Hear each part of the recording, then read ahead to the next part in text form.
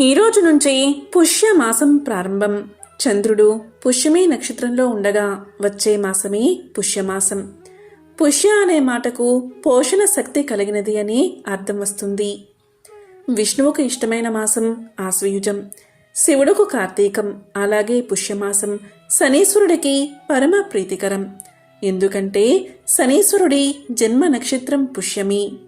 అందులోనూ ఈ సంవత్సరం 2025 సంవత్సరంలో పుష్యమాసం శనీశ్వరుడికి ఇష్టమైన శనివారంతో ప్రారంభమైనది. ఈ నెలంతా శనైశ్వరుణ్ణి పూజించే వారి పట్ల శని ప్రసన్నుడై శుభాలు కలిగిస్తాడని పురాణాలు చెబుతున్నాయి. ఏలనాటి శనితో బాధపడేవారు ఈ మాసంలో రోజూ ఉదయాన్నే శుచిగా స్నానం చేసి శనీశ్వరుణ్ణి భక్తితో ప్రార్థించాలి. పౌర్ణమి నాడు శనికి తైలాభిషేకం చేసి నువ్వులు దానంగా ఇవ్వాలి. శనీశ్వరుడికి ఇష్టమైన నువ్వులు, బెల్లం ఆహారంలో భాగంగా చేసుకోవాలి. దీని వెనుక శాస్త్రీయ కోణం చూస్తే ఈ రెండు పదార్థాలు మనిషి శరీరంలో వేడిని పెంచి చలి నుంచి రక్షిస్తాయి. మరి ఎంతో పవిత్రమైన విశేషమైన ఈ పుష్య శనివారం రోజు శనిదేవుడి వివాహ కథను వింటే చాలు శని బాధలు, అష్టమ శని, అర్ధాష్టమ శని బాధలు తొలగిపోతాయి. ఆ శనీశ్వరుడి సంపూర్ణ అనుగ్రహం కలుగుతుంది. శనిదేవుడి వివాహ కథను ఇప్పుడు తెలుసుకుందాం. శనిదేవుడికి 8 మంది భార్యలు ఉన్నారని మన పురాణాలు చెప్తున్నాయి. వారి పేర్లు వచ్చేసి ద్వాజిని, దామిని, కంకాలి, కలహప్రియ, కంటకి, తరంగి, మహిషి మరియు అజ. 8 మంది భార్యలు. తన భార్యలను ఆరాధించేవారిని శనిదేవుడు అమితంగా ఇష్టపడతాడట. శనిదేవుణ్ణి పూజించే ముందు అతని భార్యల పేర్లను కూడా చదివితే చాలా మంచిది. శనివారం వారి పేర్ల మీద పూజలు చేయడం వల్ల శని భగవానుడు సంతోషించి సకల ఐశ్వర్యాలు ప్రసాదిస్తాడు. ప్రత్యక్ష నారాయణుడైన సూర్యదేవుడికి అతని భార్య అయిన ఛాయాదేవికి కలిగిన సంతానమే శనిదేవుడు. అతను నలుపు రంగుతో ఇనుముతో చేసిన రథాన్ని నడుపుతూ రాబందు, కాకి ఇలా అనేక వాహనాలతో ఉంటాడు. తన చిన్నతనం నుంచి శనిదేవుడు ఆ మహాశివుడికి ఉత్తమ భక్తుడు. మహాశివుడి ఆశీస్సుల కొరకు అనేక సంవత్సరాల పాటు తపస్సు, ధ్యానం కూడా చేశాడు. అతనితో పాటు మహాశివుడిపై ఉన్న ప్రేమ కూడా అంచెలంచెలుగా పెరిగింది. శనిదేవుడు పెద్దవాడైన తర్వాత అతను చిత్రరథుడి కుమార్తె అయిన దామిని వివాహం చేసుకున్నాడు. దామిని దైవ శక్తులు ఉన్న స్త్రీగా పురాణాల్లో పేరుంది. అందంలోనే కాదు, అత్యంత తెలివైనది. ఒక రాజ్యానికి యువరాణి. ఈమె అన్ని విద్యలు అభ్యసించింది. అత్యంత శక్తివంతురాలు. ఇలా ఉండగా తన భక్తులకు అంతా శుభం కలగాలని ఒకరోజు శనిదేవుడు ఆ మహాశివుడి గురించి తపస్సు ఆచరించడానికి అడవులకు వెళ్ళాడు. ఇలా అనేక సంవత్సరాలు ధ్యానంలో మునిగిపోయాడు. ఇలా శనిదేవుడు అడవులకు వెళ్లడం వల్ల దామినికి ఏం చెయ్యాలో తోచలేదు. కొత్తగా పెళ్ళైన కారణంగా కామవాంఛ కూడా ఉంది. అంతేకాదు దామినికి ఒక పిల్లవాడికి తల్లి కావాలి అనే ఆశ కూడా ఉంది. ఇక ఉన్న బలంగా దామిని శనిదేవుడు వెళ్లిన అడవులకు చేరుకుంది. శనిదేవుణ్ణి సమీపించి పలకరించింది. కాని ఆ సమయంలో ఆ మహాశివుడి ధ్యానంలో ఉన్నాడు శనిదేవుడు. ఆ ధ్యానం నుంచి బయటకు రావడానికి అతను ఇష్టపడలేదు. అయినప్పటికీ కూడా దామిని శనిదేవుణ్ణి ధ్యానం నుంచి బయటకు తీసుకురావడానికి ప్రయత్నించింది. కానీ ఎన్ని ప్రయత్నాలు చేసినా అన్నీ వ్యర్థమయ్యాయి. ఇక శనిదేవుడి ప్రవర్తనతో బాధపడిన దామిని కోపంతో ఇలా పలికింది. ఓ ప్రాణనాథ, నేను విరహ వేదనతో ఉన్నాను. నా యొక్క ఈ వేదన్ని నీవే తీర్చాలి.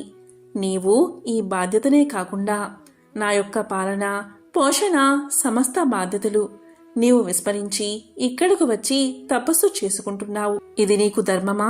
ఇది అధర్మం కాదా? నీవు ఎవరి గురించి ఈ తపస్సు చేస్తున్నావు? నీ భక్తుల గురించే కదా. ఎందుకు చేస్తున్నావు?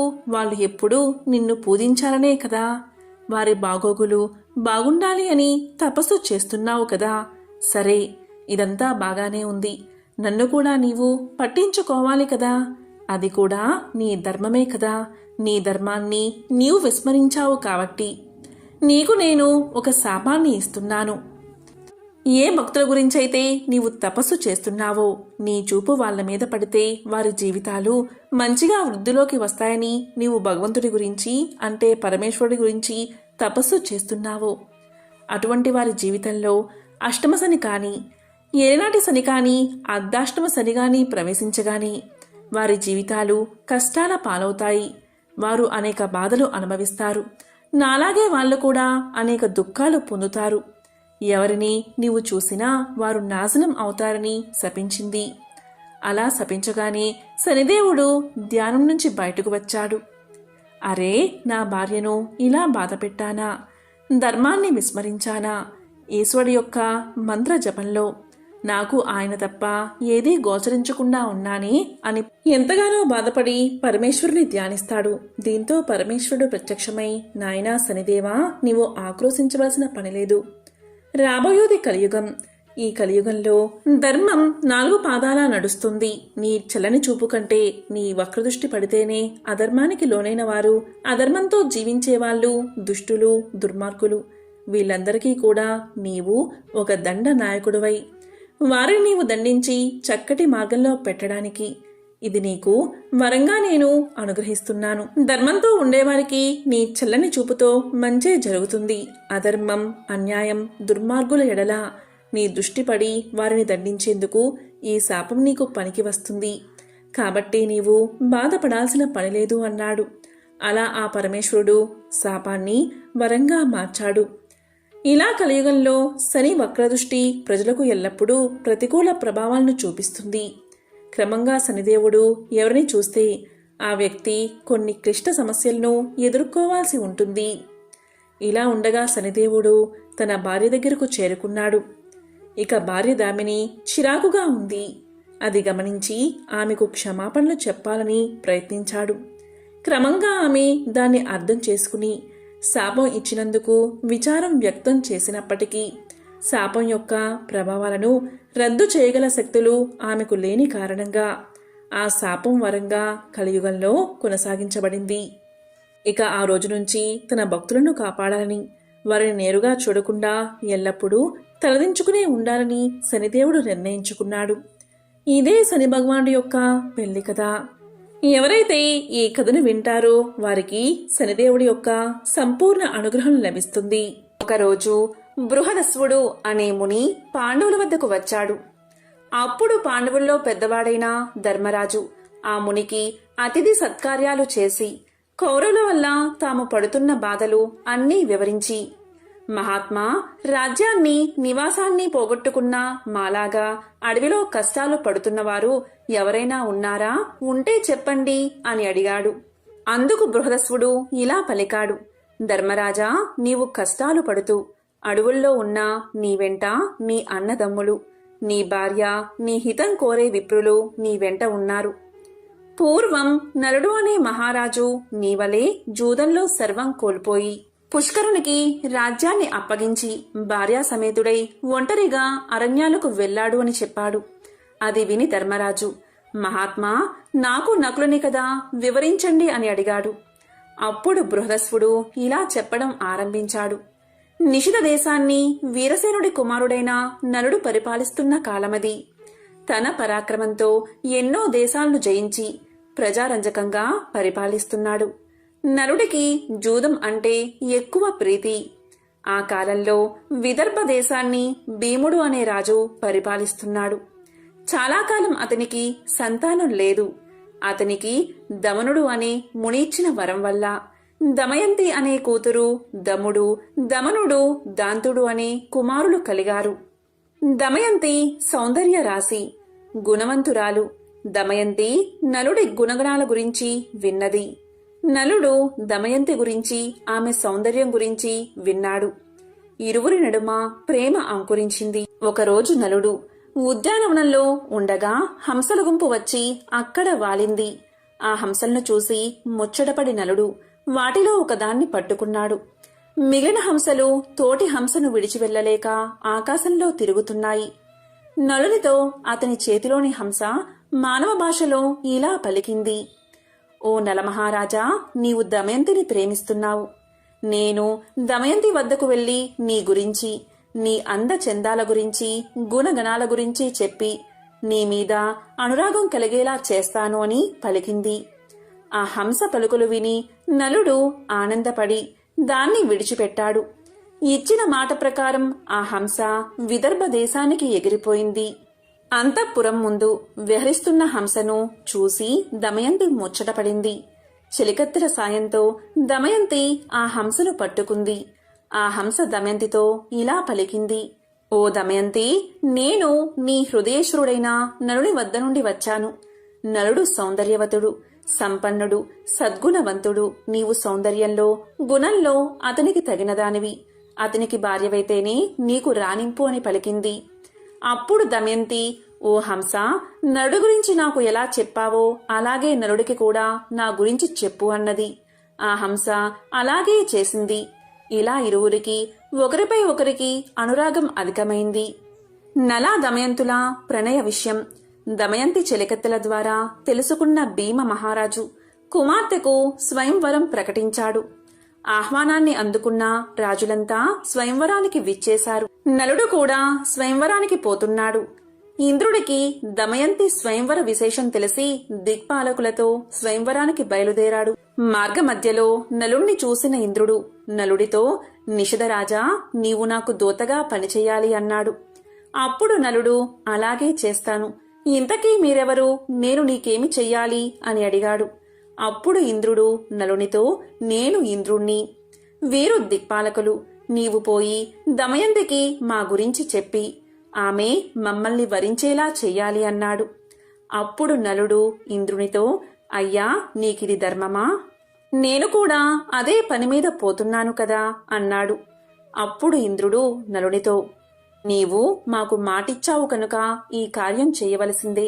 ఇది దేవతా కార్యం. నీవు చేయగలవు. మాట తప్పడం ధర్మం కాదు. మా మహిమ చేత అంతఃపురానికి వెళ్లడానికి నీకు ఎవరూ అడ్డు చెప్పరు అన్నాడు. గత్యంతరం లేక నలుడు దమయంతి అంతఃపురంలో ప్రవేశించాడు. నలుడు దమయంతిని మొదటిసారిగా చూసి హంస చెప్పిన దానికంటే దమయంతి సౌందర్యవతి అనుకున్నాడు. దమయంతి ఆమె చెలికత్తెలు నలుణ్ణి చూసి ఆశ్చర్యపోయారు. దమయంతి నలుణ్ణి చూసి, మహాత్మా, మీరు ఎవరు? ఎక్కడి నుండి వచ్చారు? ఈ అంతఃపురంలో ఎవరికీ కనబడకుండా ఎలా ప్రవేశించారు అని అడిగింది. అప్పుడు నలుడు దమయంతితో, నా పేరు నలుడు. నేను దేవదూతగా వచ్చాను. దిక్పాలకులు వారిలో ఒకరిని వరించమని నీకు చెప్పమని నన్ను పంపారు అన్నాడు. నలుడి మాటలకు ఆమె మనసు కష్టపడింది. అయ్యా, నేను మానవకాంతను. నమస్కారం చేయవలసిన దేవతలను వరించడం ధర్మమా? నాడు హంస చెప్పింది మొదలు నిన్నే నా భర్తగా తలుచుకుంటున్నాను. నా తండ్రి భీమరాజు మిమ్మల్ని ఇక్కడికి రప్పించడానికే స్వయంవరం ప్రకటించాడు. మీరే నా భర్త కనుక నన్ను స్వీకరించండి, లేకుంటే నా ప్రాణాలను తీసేసుకుంటాను. అంతేకాని ఇతరులను వరించను అని దమయంతి ప్రార్థించింది. అప్పుడు నలుడు దమయంతితో, దమయంతి, దేవతలు ఐశ్వర్యవంతులు, జరా మరణాలు లేనివారు. వారిని కాదని జరామరణాలకు ఆలవాలమైన నన్ను కోరడం న్యాయమా అని పలికాడు. ఆ మాటలు విని దమయంతి దుఃఖించింది. ఆమె నలుడితో, నేను ఒక ఉపాయం చెప్తాను. అందరి ముందు నేను దేవతలను ప్రార్థించి మిమ్మల్ని వివాహం చేసుకుంటాను. అప్పుడు మీకు దేవతల మాట వినలేదన్నా దోషం ఉండదు అని పలికింది. ఆ మాటలు నలుడు ఇంద్రుడికి చెప్పాడు. అది విని దిక్పాలకులు, దమయంతి మమ్మల్ని ఎలా వరించదో చూస్తాము అని అందరూ నలుడి రూపంలో స్వయంవరానికి విచ్చేశారు. స్వయంవర మండపంలో ఒకేసారి 5 నల్లు కనిపించారు. దమయంతి వరమాల పట్టుకుని వచ్చింది. మనసులో ధ్యానించి, దేవతలారా, నలుణ్ణి గుర్తుపట్టడంలో నాకు సహకరించండి. మీ నిజ రూపాలతో ప్రత్యక్షం అవ్వండి అని ప్రార్థించింది. వారు దమయంతిని కరుణించి తమ నిజ రూపాలతో ప్రత్యక్షం అయ్యారు. నలా దమయంతులకు వైభవోపేతంగా వివాహం జరిగింది. ఇంద్రాది దేవతలు అనేక వరాలిచ్చి అనుగ్రహించారు. ఇలా దేవతలు దమయంతి స్వయంవరం చూసి దేవలోకం వెళ్తూ ఉండగా దేవతలకు కలి పురుషుడు కనిపించాడు. ఇంద్రుడు కలిపురుషుని చూసి, ఎక్కడికి పోతున్నావు అని అడిగాడు. అప్పుడు కలిపురుషుడు, భూలోకంలో జరుగుతున్న దమయంతి స్వయంవరానికి పోతున్నాను అన్నాడు. ఆ మాటలకు వారు నవ్వి, దమయంతి స్వయంవరం జరిగింది. ఆమె నలుణ్ణి వివాహం చేసుకుంది అన్నారు. దీంతో కలికి కోపం వచ్చింది. నలుడిని రాజ్యభ్రష్టుణ్ణి చేసి వారిద్దరికీ వియోగం కల్పించాలి అనుకున్నాడు. నలుడు ధర్మాత్ముడు. కలి ప్రవేశానికి చాలా కాలానికి గాని అవకాశం రాలేదు. ఒకరోజు నలుడు మూత్ర విసర్జన చేసి పాద ప్రక్షాళన చేయకుండా సంధ్యావందనం చేశాడు. ఆ శౌచాన్ని ఆధారం చేసుకుని కలి అతనిలోకి ప్రవేశించాడు. నలుడి దాయాది అయిన పుష్కరుని వద్దకు వెళ్లి నలుడికి జూద వ్యసనం ఉందని అతనితో జోదమాడి అతని రాజ్యాన్ని గెలవచ్చని నమ్మబలికాడు కలి. బ్రాహ్మణ వేషంలో పుష్కరునితో నలుడి వద్దకు వెళ్లి జూదానికి ఆహ్వానించాడు. జూదానికి పిలిస్తే పోకపోవడం ధర్మం కాదని నలుడు జూదమాడ్డానికి అంగీకరించాడు. జూదం మొదలైంది. నలుడు తన రాజ్యాన్ని, సంపదలను వరుసగా పోగొట్టుకుంటున్నాడు. అయినా ఆడ్డం మానలేదు. సమస్తం పోయే వరకు ఆడాడు. దీంతో దమయంతి దుఃఖించి ఓడే కొద్దీ గెలవాలనే పంతం పెరుగుతుంది. ఏమీ చెయ్యలేమో అని సరిపెట్టుకుంది. నలుడు ఓడిపోవడం తథ్యమని గ్రహించిన దమయంతి తన కుమార్తె ఇంద్రను, కుమారుడు ఇంద్రసేనను, సారథిని తోడిచ్చి విదర్భలో ఉన్న తండ్రి వద్దకు పంపించేసింది. నలుడు తన రాజ్యాన్ని కోల్పోయి నగరం వెలుపులా 3 రోజులు ఉన్నాడు. జూదంలో సర్వం పోగొట్టుకున్న నలుణ్ణి చూడడానికి ఎవరూ రాలేదు. ఆకలికి తట్టుకోలేకపోయాడు. ఆకాశంలో ఎగురుతున్న పక్షులను పట్టడానికి తన పైవస్త్రాన్ని వాటి మీద విసిరాడు. ఆ పక్షులు ఆ వస్త్రంతో సహా ఎగిరిపోయాయి. దీంతో నలుడు సిగ్గుపడి తన భార్య కొంగును పైవస్త్రంగా కప్పుకున్నాడు. ఆ దుస్థితికి తట్టుకోలేని నలుడు, దమయంతి, ఇక్కడ 4 మార్గాలు ఉన్నాయి. ఇది నీ పుట్టిల్లు విదర్భ దేశానికి పోయేదారి. ఇది దక్షిణ దేశానికి పోయే మార్గం. ఇది కోసల దేశానికి పోయే మార్గం. ఇది ఉజ్జయిని దేశానికి పోయే మార్గం. వీటిలో మనకు అనుకూలమైన మార్గమేదో చెప్పు అన్నాడు. ఇంకా భార్యతో ఇలా పలికాడు. నీవు అడవులలో కష్టాలు పడలేవు. నీ తండ్రి ఇంటికి వెళ్లి సుఖంగా ఉండు అని చెప్పాడు. అప్పుడు దమయంతి ఇలా పలికింది. అవును నాదా, మనమిద్దరం విదర్భకు వెళ్లి సుఖంగా ఉందామని చెప్పింది.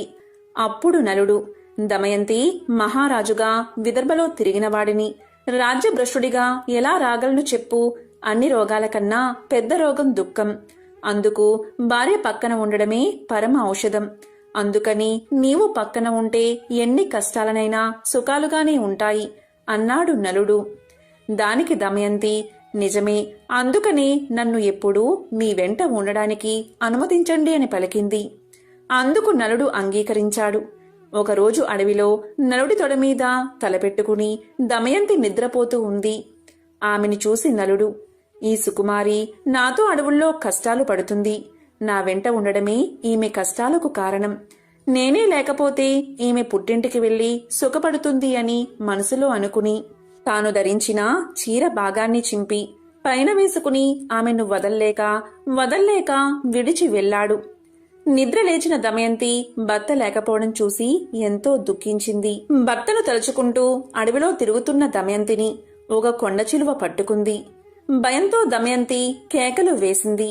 ఆ కేకలు విని ఒక కిరాతకుడు తన కత్తితో ఆ కొండ చిలువను చంపి దమయంతిని రక్షించాడు. ఆ కిరాతకుడు దమయంతి గురించి తెలుసుకున్నాడు.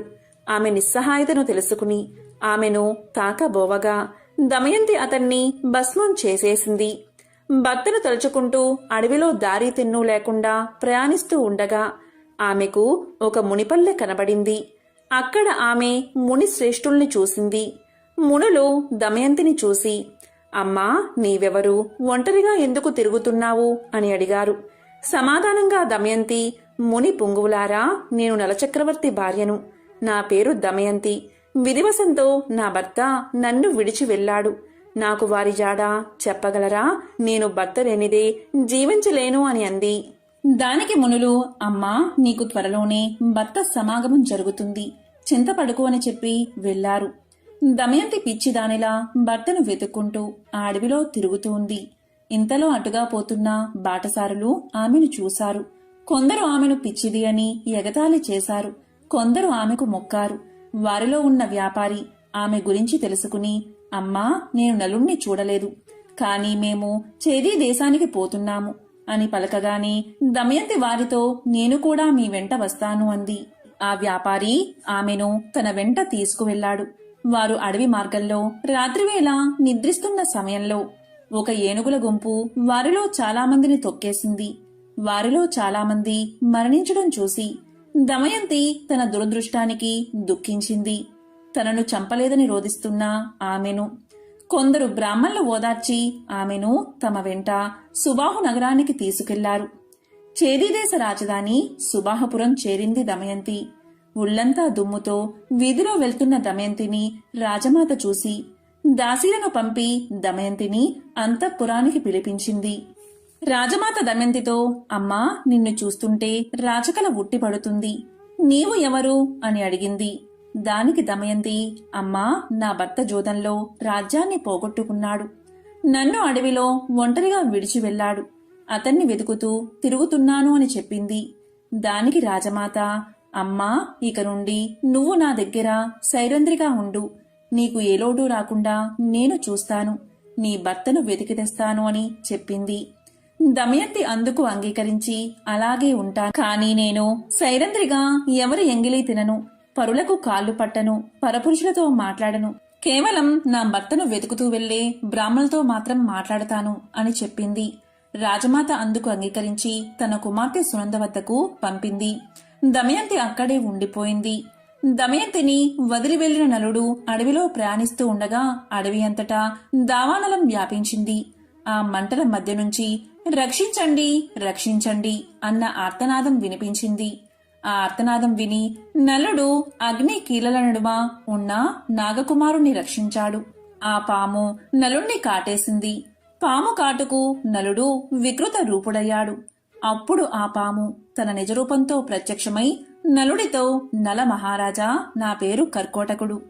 నేను నిన్ను కాటేశానని భయపడకు. ఇక నిన్ను ఎవరూ గుర్తించరు.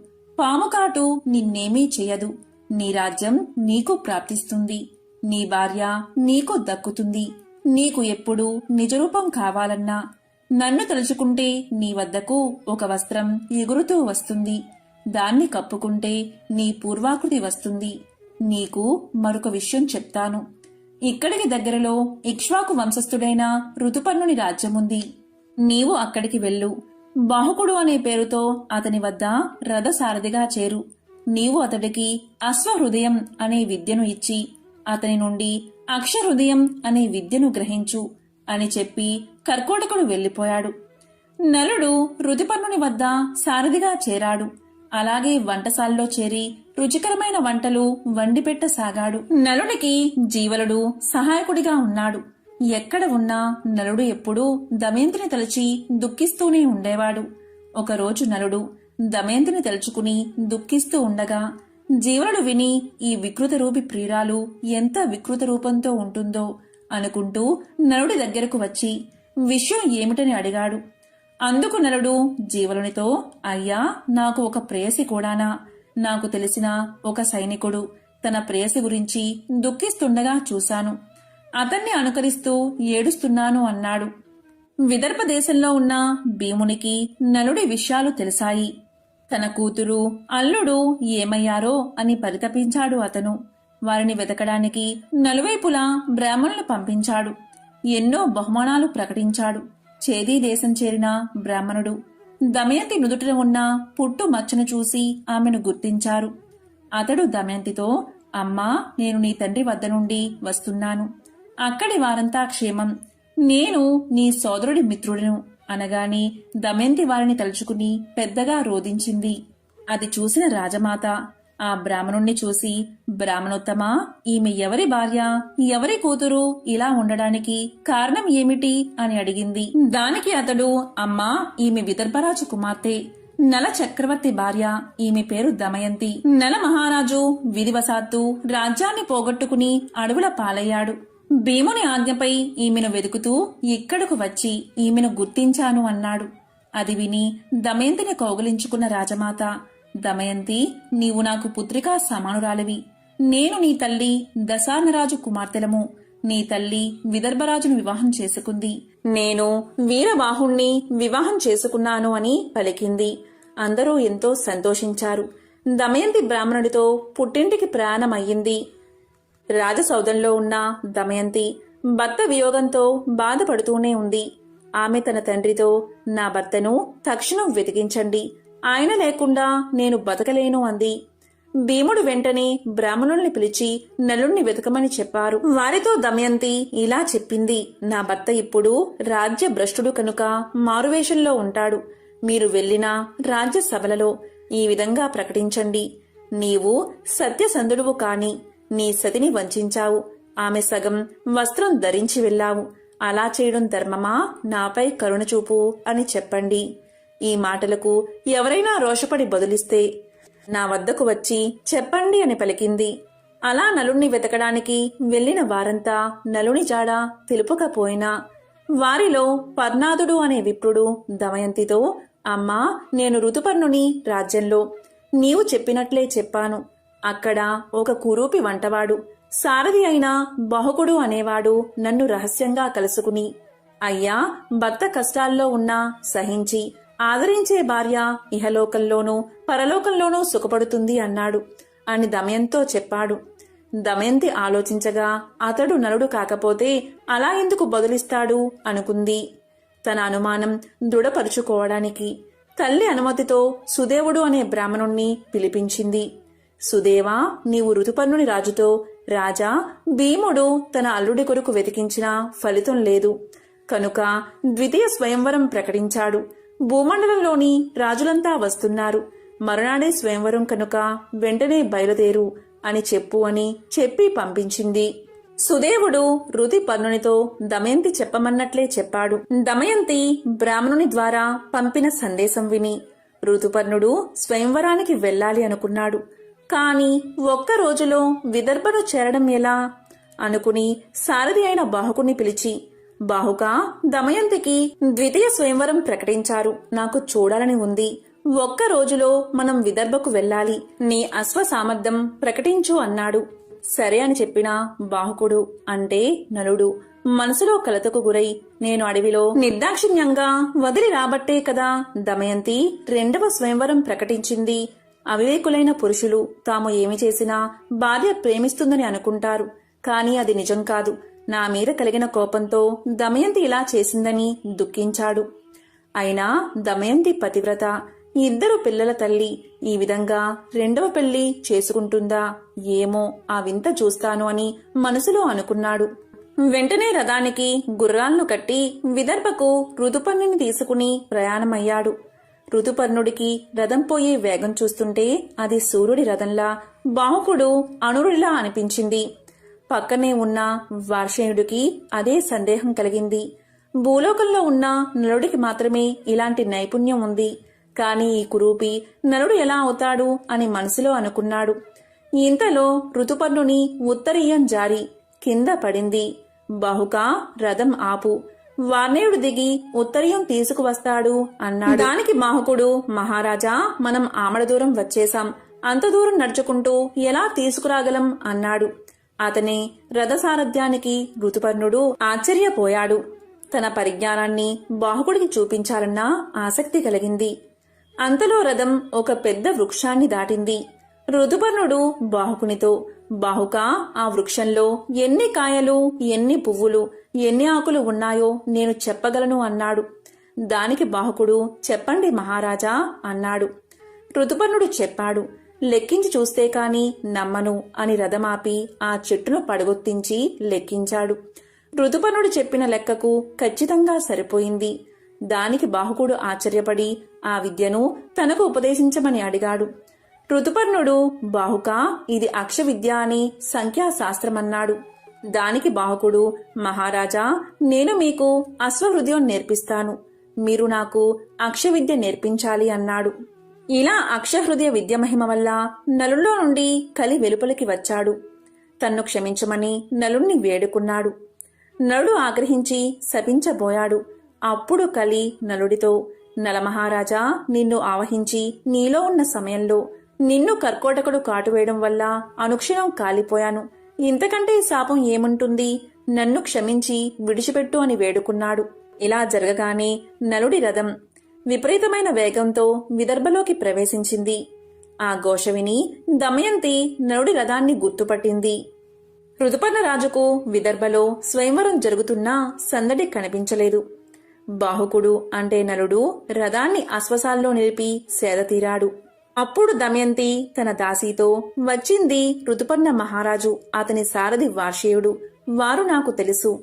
కాని వారి వెంట ఉన్న కురూపి ఎవరు అని అడిగింది. వివరాలు కనుక్కుని రమ్మంది.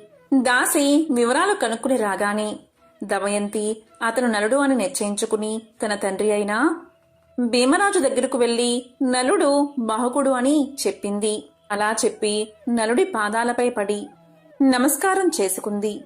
వెంటనే ఆకాశం నుండి వాయుదేవుడు, నలచక్రవర్తి ఈమె పవిత్రురాలు, పతివ్రత, నేను సూర్యుడు చంద్రుడు ఈమె సౌశీల్యం కాపాడుతున్నాము అని పలికాడు. వెంటనే నలుడు కర్కోటకుడిని స్మరించాడు. వెంటనే ఒక వస్త్రం వచ్చింది. అది ధరించగాని నలుడికి ఇంద్రతేజస్సుతో సమానమైన మనోహరమైన పూర్వరూపం వచ్చింది. దమయంతిని పరిగ్రహించాడు. ఈ విధంగా నలా దమయంతులు కలిశారు. ఈ నలుడి కథ శ్రద్ధతో వినేవారు, సమావేశాల్లో చదివి వినిపించేవారు కలివల్ల సంభవించే దోషాల నుండి విముక్తిని పొందుతారు.